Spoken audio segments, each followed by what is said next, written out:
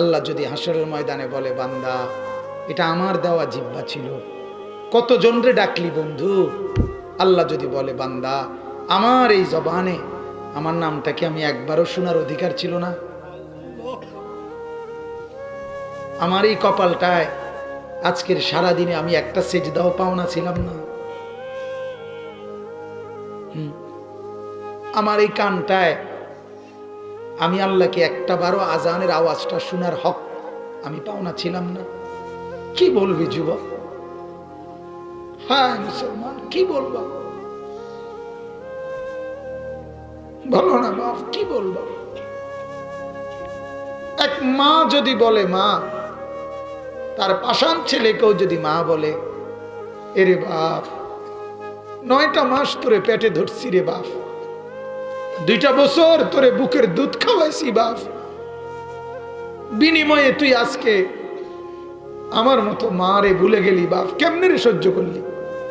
এই কথা বললে যত বড় পাষাণ ছেলেই হোক, সেও তো কিছুক্ষণের জন্য হলো মাথাটা নোয়াই লাগবে। সূরাটির নাম হলো সূরায়ে নিসা। নিসা এই শব্দের অর্থ হলো মহিলাগণ, নারীগণ, মানে বহুবচনের শব্দ। ইমরাআতুন এই শব্দের অর্থ হলো একজন নারী, আর এটার বহুবচন হলো নিসাউন, অর্থ হলো নারীগণ, মহিলাগণ। এই সূরাটার নামের অর্থ। কোরআনুল কারীমের মধ্যে আল্লাহ তাআলা নারীদেরকে বিশেষভাবে মূল্যায়ন করছেন, যার কারণে একটা সূরার নামই রাখছেন নারীগণের নামে। সুবহানাল্লাহ। মজার ব্যাপার হলো পুরুষদের নামে এমন কোন সূরা নাই, পুরুষগণ এই নামে কি নাই? সূরা। রিজাল এই নামে সূরা নাই, নারীগণ এই নামে সূরা আছে। আল্লাহ তাআলা নারীদেরকে বিশেষভাবে মূল্যায়ন করছে। আমাদের মা বোনরা এটা বুঝে না, আমাদের ঘরওয়ালারা বুঝে না এটা। ওনারা মনে করে নাটক, সিনেমা, অথবা বাহিরের সাজগোজ, অথবা রাস্তার পাশের যুবক, অথবা মার্কেটের দোকানদার, ওরাই আপনার নারীকে মূল্যায়ন করছে, হাসি দিছে, তারপরে ভাবি বলছে, আফা বলছে, এরপরে দিয়ে আপনার সুন্দর করে কথা বলছে। আসলে তো উদ্দেশ্য হলো বেচনের লাগে, কথা বুঝছেন না? বেচার জন্য। এরকম বহু দোকানদার আছে, পয়লা ব্যবহার যখন দেখছে বেডি কিনতো না, বাপসাপ বোঝা যায়, এরপরে আবার এই মিনিটের ভিতরে আচরণ উল্টাইয়াও যায়। আচ্ছা যান যান হয়েছে, অন্য দোকান সাহেব আপনি যে কিনবেন এটি বুঝেছে, ঠিকই না? বলেন না কেন? তাহলে বোঝা গেল কি বেডির প্রতি কোনো সম্মান বোধ এইটা না, আসল কথা হলো তার মালের মহব্বত, তার নিজের যে পণ্যটা, বেসনের জিনিসটা, এইটা লই হলো আসল কথা। এটার উদ্দেশ্য হইলো প্রথম আইস দিছে, এটা যখন বেসাই হইতো না তো আর আইস দিয়ে কি লাভ, এই জন্য হাসিটা উড্রু করে নিস যে না হাসতাম না, এবারে আবার উঠে দিস। তাইলে বোঝা গেল মূলত আসলে পৃথিবীর কোথাও বাহিরে অন্যত্র ভিন পুরুষের কাছে নারী কোনো কালে ইজ্জত পায় নাই, এখনো পাবে না, আগামী কিয়ামত পর্যন্ত পাবে না। নারীর ইজ্জত, নারীর সম্মান, নারীর মর্যাদা একমাত্র আল্লাহ, রসুল, ইসলাম, কোরআন, সুন্নাহ এগুলোর মধ্যেই শতভাগ দেওয়া হয়েছে। বলেন আলহামদুলিল্লাহ। আমরা আপনাদেরকে শুনাই, আশ্চর্য কথা শুনেন। আমরা কিতাবে পড়ছি রাসূলুল্লাহ সাল্লাল্লাহু আলাইহি সাল্লামের আগমনের পূর্বে ভিন্ন ধর্মে, ইহুদি ধর্মে, অন্য ধর্মে এটা নিয়ে গবেষণা হইতো, আলোচনা হইতো, নারী আর জন্তু জানোয়ার এই দুইটার মধ্যে কোনো তফাৎ আছে কিনা, নারীকে মানুষ এটার নামে এই স্বীকৃতিটা দিতেও রাজি ছিল। এতটা নিচু অবস্থান ছিল। 2 নাম্বার, আমরা কিতাবে পড়ছি পূর্ববর্তী জামানায় পারস্য, সেখানের এক ধর্মগুরু কাফের মুশরিক, সে ঘোষণা দিছিল 3 জিনিসে সবার অধিকার। এক নাম্বার পানি। পানি যেখানেই থাকুক সবার অধিকার এটা, মানে কেউ পানি কি করতে পারবে না, আটকাইতে পারবে না। দুই নাম্বার আগুন। ওই ধর্মগুরু বলছিল আগুন, এই আগুনের মধ্যে কারো কোনো অধিকার নাই, সবার সমান অধিকার, একক অধিকার নাই। তিন নাম্বার নারী। নাউজুবিল্লাহ। পানি, আগুন, নারী। তার কথা ছিল এই মাজদাক, তার নাম। তে বলছিল যে নারী সবার অধিকার, অর্থাৎ একক কারো অধিকারে নাই, যার যেখানে মন চায় ব্যবহার করতে পারে। এত নিকৃষ্ট ছিল যে সমাজে জাতির নারীর মর্যাদা, সেখান থেকে ইসলাম নারীকে আলাদাভাবে কন্যা হিসাবেও মর্যাদা দিছে, বোন হিসাবেও মর্যাদা দিছে, স্ত্রী হিসাবেও মর্যাদা দিছে, মা হিসাবেও মর্যাদা দিছে। দিতে দিতে দিতে দিতে শেষ পর্যন্ত জান্নাতটা মার পায়ের নিচে দিয়ে দিছে। সম্মান দিতে দিতে মায়ের কদমের নিচে জান্নাত দিয়ে দিছে। তাইলে একেবারে নিকৃষ্ট অবস্থা ছিল, নিকৃষ্ট, একেবারে নিকৃষ্ট অবস্থা ছিল। আরব দেশে আমরা কিতাবে পড়ছি, আরব দেশে এক একজন পুরুষ একাধিক বিয়ে করত, অনেক বিয়ে। আর ওই লোকের মৃত্যুর পরে তার ছেলে সন্তান, শুধু সে যেই মার গর্ভে জন্ম নিছে ওই মাকে বাদ দিয়া বাবার বাকি স্ত্রীদেরকে নিজের স্ত্রী হিসেবে ব্যবহার করত। কতটা নিকৃষ্ট ছিল কথা বলেন। আপন ভাই বোন অবাধে জিনার বেবিচার করত। যে সমাজ এত নিম্নমানের ছিল, যেখানে নারীর ন্যূনতম কোনো সম্মান বোধ ছিল না, সেখান থেকে 1450 বছর আগে ইসলাম তাদেরকে মর্যাদার সর্বোচ্চ মাকামে তুলে নিয়ে আসছে। আল্লাহ তাআলা বলছে ওয়া ইদা বুশশিরা আহাদুহুম বিল উনসা যাল্লা ওয়াজহুহু মুসওয়াদ্দান ওয়া হুয়া কাযীম। আল্লাহ বলছে হায় শোনো আমার কাছে, কোরআনের আয়াত। আল্লাহ বলে এ দুনিয়ার মানুষ শোনো, আমার নবী আসার আগে, আমার ইসলাম আসার আগে নারীর অবস্থা ছিল এই, কোন বাবার ঘরে যদি কন্যা জন্ম নিত, ওই বাবার চেহারাটা কালো হয়ে যেত, মলিন হয়ে যেত। ইয়াতাওয়ারা মিনাল কওমি মিন সুই মা বুশশিরা বিহি। আল্লাহ বলে সে মানুষের কাছ থেকে, মহল্লা থেকে লুকিয়ে থাকতো। তারে যে মেয়ে হইছে কথাটা বলছে এই লজ্জায়। আয়ুমসিকুহু আলা হুনিন আম ইয়াদুসসুহু ফিত তুরাব। ওই বাবা তখন হিসাব করত, লাঞ্ছনা সহ্য করে, বেজ্জতি সহ্য করে মেয়েটারে বাঁচাইয়া রাখমু নাকি মাটির মধ্যে ধসাইয়া ফেলমু, এটা নিয়া আল্লাহ বলে তারা বাবা নিজে কল্পনা করত। এতটা নিকৃষ্ট মানুষ ছিল। এক কন্যার প্রতি তার কি পরিমাণ নির্মম আচরণ ছিল। সেখান থেকে রব্বুল আলামিন আল্লাহ তাআলা প্রথম উল্লেখ করছে, পৃথিবীবাসী শোনো, ইয়াহাবু মান ইয়াশাউ ইনাসা। শোনো পৃথিবীবাসী, আমি রব্বুল আলামিন যাকে চাই তাকে আমি কন্যা সন্তান দান করি। তা আল্লাহ তাআলা বুঝাই দিলেন এটাকে অবহেলার পাত্র বানাইলে কেন, এটা আমার দান। ইয়াহাবু মান ইয়াশাউ যুকুর। এরপরে বলছে 2 নম্বরে, এবং আমি যাকে চাই তাকে ছেলে দান করি। কিন্তু মেয়ের কথা কি বলছে, কথা বলেন না, আগে বলছে। এরপরে বলছে আমি যাকে চাই তাকে মেয়ে দান করি, ছেলে দান করি। আও ইউযাওয়িজুহুম যুকরানা ওয়া ইনাসা। 3 নম্বরে বলছে এবং আমি যাকে চাই তাকে ছেলে মেয়ে উভয়টাই দেই। 4 নম্বরে বলছে ওয়ায়াজআলু মান ইয়াশাউ আকিমা। আর আমি যাকে চাই একটাও দেই। কয়টা হালত হলো? 4টা। আমি যাকে চাই মেয়ে দেই, যাকে চাই ছেলে দেই, যাকে চাই ছেলে মেয়ে উভয়টাই দেই, যাকে চাই একটা। 4টাই কার ইচ্ছা? আল্লাহ পাকের ইচ্ছা। আমার বড় ভাই, তার 4 ছেলে, মেয়ে নাই।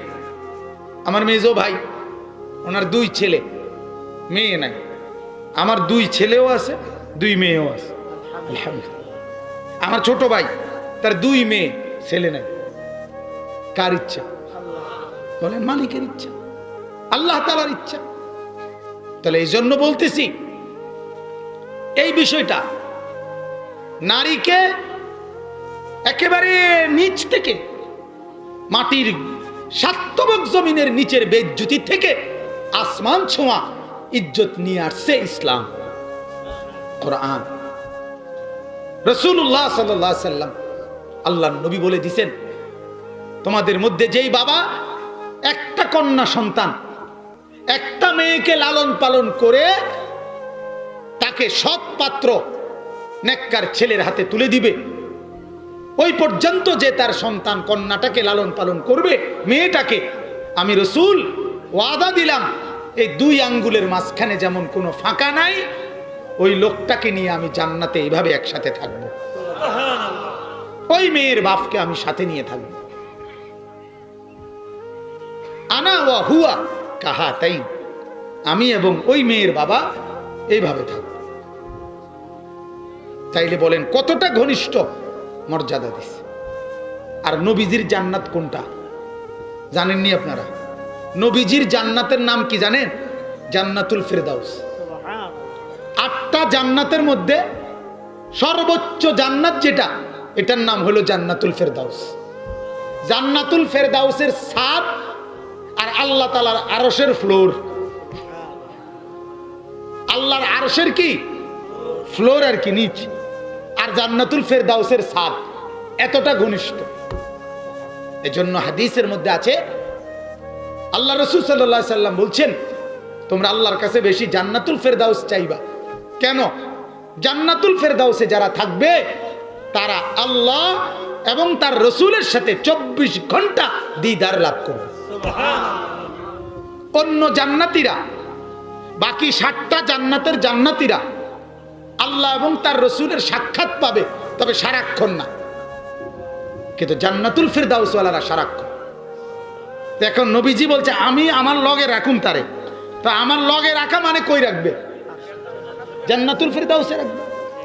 তাহলে আল্লাহ তাআলা রাসূলুল্লাহর জবানে এক নারীর ইজ্জত কোথায় তুলে দিছে, কোথায় সম্মানটা উঠায় দিছে। আফসোসের ব্যাপার হলো, এত মূল্যায়ন করছে এক বোন তার ভাইকে বলে দিছে একই মর্যাদা। আল্লাহ রাসূল বলছে, যে ভাই তার বোনকে লালন পালন করলো, মানে বাবা নাই, বোনকে লালন পালন করছে ভাই।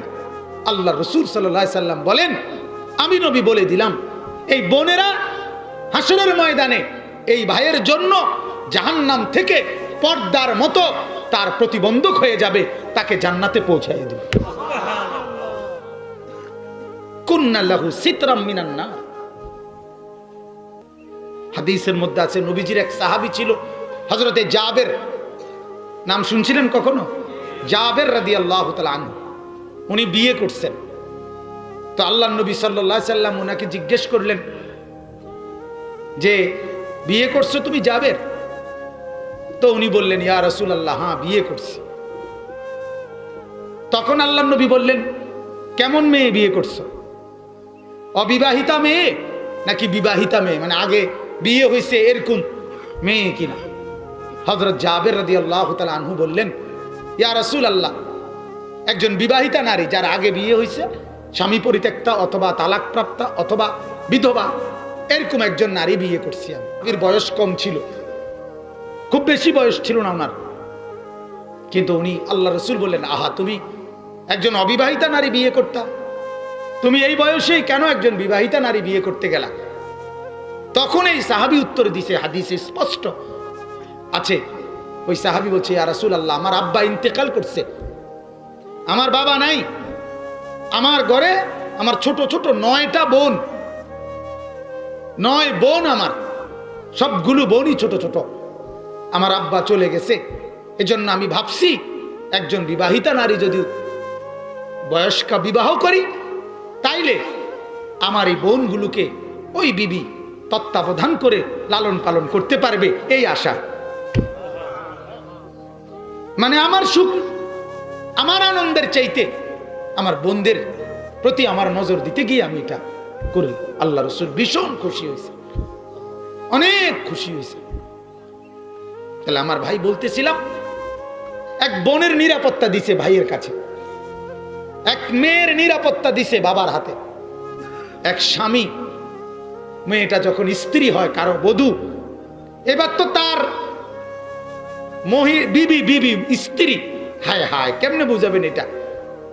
এ বেডির পক্ষে সরাসরি আল্লাহ তাআলা সরাসরি সুপারিশ করে। যখনই দেখে জামাই সেটতে যায়, আল্লাহ সাথে সাথে বিবির পক্ষে আল্লাহ সুপারিশ করে, জামাই রে, জামাই আমি কইতেছি রাগ করো না। এটা কোরআনে আছে, এই সূরাতে, সূরা নিসাত আল্লাহ তাআলা বলে ফাইন কারিহতুমুহুন্না শাইআন। আল্লাহ তাআলা স্বামীকে বলে, বাবা, আল্লাহ তাআলা বলে যে হে ছেলে, হে যুবক, হে স্বামী, তুমি যদি তোমার স্ত্রীর কোনো আচরণের উপরে রাগই করে থাকো আর সিদ্ধান্তই নিয়ে লাইছো, তাই বেডির আর রাখতাম না। কথা বোঝেন নাই?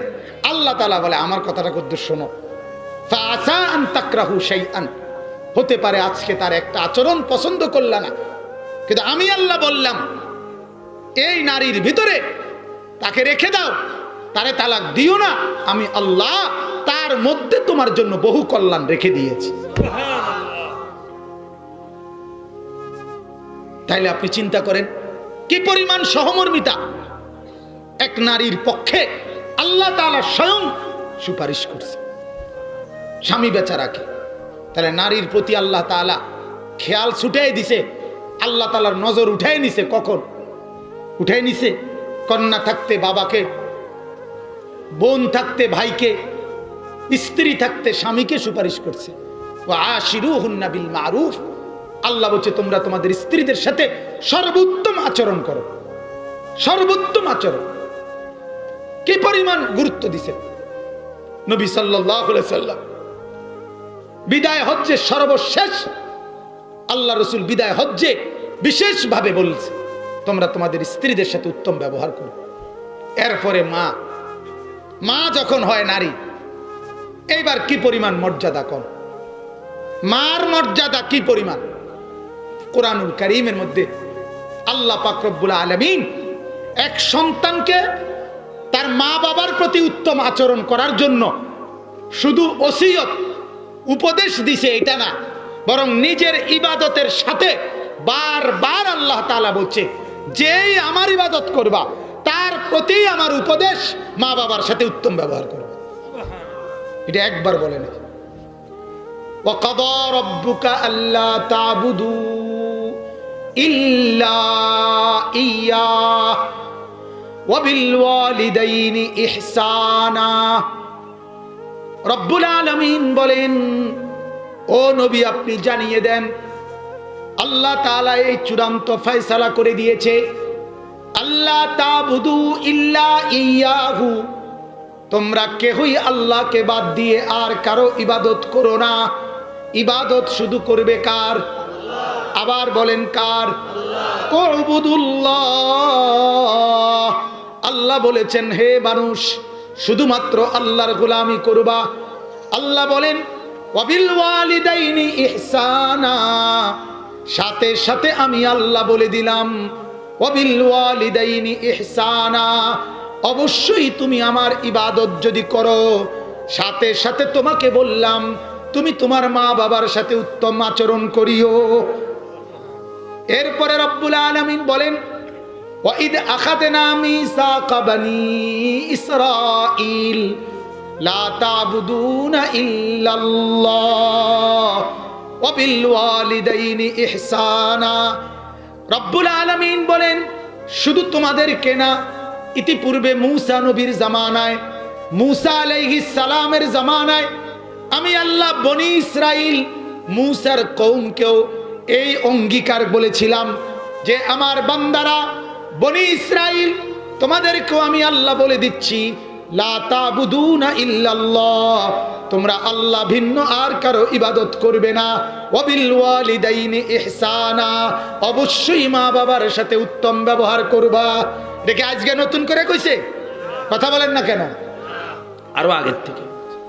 এরপরে রব্বুল আলামিন বলেন ওয়াবুদুল্লাহ ওয়ালা তুশরিকু বিহি শাইআ ওয়াবিল ওয়ালিদাইনি ইহসানা।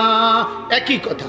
আল্লাহ বলেন বান্দা তোমরা আমার ইবাদত করো, আমার সাথে কাউকে শরীক করিও না, অবশ্যই মা বাবার সাথে উত্তম আচরণ করো। একই কথা। রব্বুল আলামিন বলেন কুল তাআলাউ আতলু মা হাররামা রাব্বুকুম আলাইকুম আল্লা তুশরিকু বিহি শাইআন ওয়াবিল ওয়ালিদাইনি ইহসানা। আল্লাহ বলে বান্দা শোনো, আমি আল্লাহ কিছু বিষয় তোমাদের উপরে হারাম করে দিলাম। এর মধ্যে এক নাম্বার হলো শিরিক। এক নাম্বার কি? আমার সাথে কাউকে শিরিক করবা না। দুই নাম্বারই হলো মা বাবার নাফরমানি। আমি আল্লাহ হারাম করে দিলাম মা বাবার নাফরমানি। এরপরে আল্লাহ বলেন ওয়াসাইনাল ইনসান বিওয়ালিদাইহি। আল্লাহ বলেন আমি প্রত্যেকটা মানুষকে তাদের মা বাবার সাথে উত্তম আচরণের ওসিয়ত করলাম। ওসিয়ত, নসিহত না, ওসিয়ত। ওসিয়ত মানে কোন মানুষ মৃত্যুর মুহূর্তে যেই কথাটা বলে এটারে কি বলে? ওসিয়ত। যত শক্ত পাষাণ ছেলে, যত শক্তই হোক না কেন, মৃত্যুর মুহূর্তে মা যদি কিছু বলে, বাবা যদি বলে, ছেলেটা সেই কথাটা পালন করে। এজন্য আল্লাহ বলে বান্দা আমি আল্লাহ হয়েও তোমার কাছে ওসিয়ত করলাম তুমি তোমার মা বাবার সাথে উত্তম আচরণ করিও। এরপরে আল্লাহ বলে হামালাতহু উম্মুহু ওয়াহানান আলা ওয়াহানিন। শুধু কেবল তোমাকে মনে করায় দেই বান্দা, তোমার মা গর্ভে ধারণ থেকে শুরু করে পুরাটা জীবন তোমার জন্য একটার পর একটা কষ্টই শুধু সহ্য করে গেছে। আল্লাহ মনে করাই দিছে, বিস্তারিত বর্ণনা করে দিছে বাপ। একটা দুইটা আয়াত না, বারবার আল্লাহ বলছে আনিশকুরলি ওয়ালি ওয়ালিদাইক। হে আমার বান্দা আমার শুকর আদায় করো এবং মা বাবার শুকর আদায় করো। আল্লাহ তাআলা বলছে তুমি তোমার মা বাবার উপরে রহমতের দোয়া করো। আশ্চর্যের কথা হইল তুমি দুনিয়ার যত দোয়া যেমনে মন চায় করো, আল্লাহ বলে তোমার মা বাবার লাগা দোয়াটা কি হবে, এটা হুবহু দোয়াটা কি তা এটাও আমি কইতে আছি। শোনো, রব্বির হামহুমা কামা রব্বায়ানি সগীরা, এটা আমি শিখাই দিলাম, এই দোয়াটা করবে। তাইলে আপনি বলেন ইসলাম এক কন্যাকে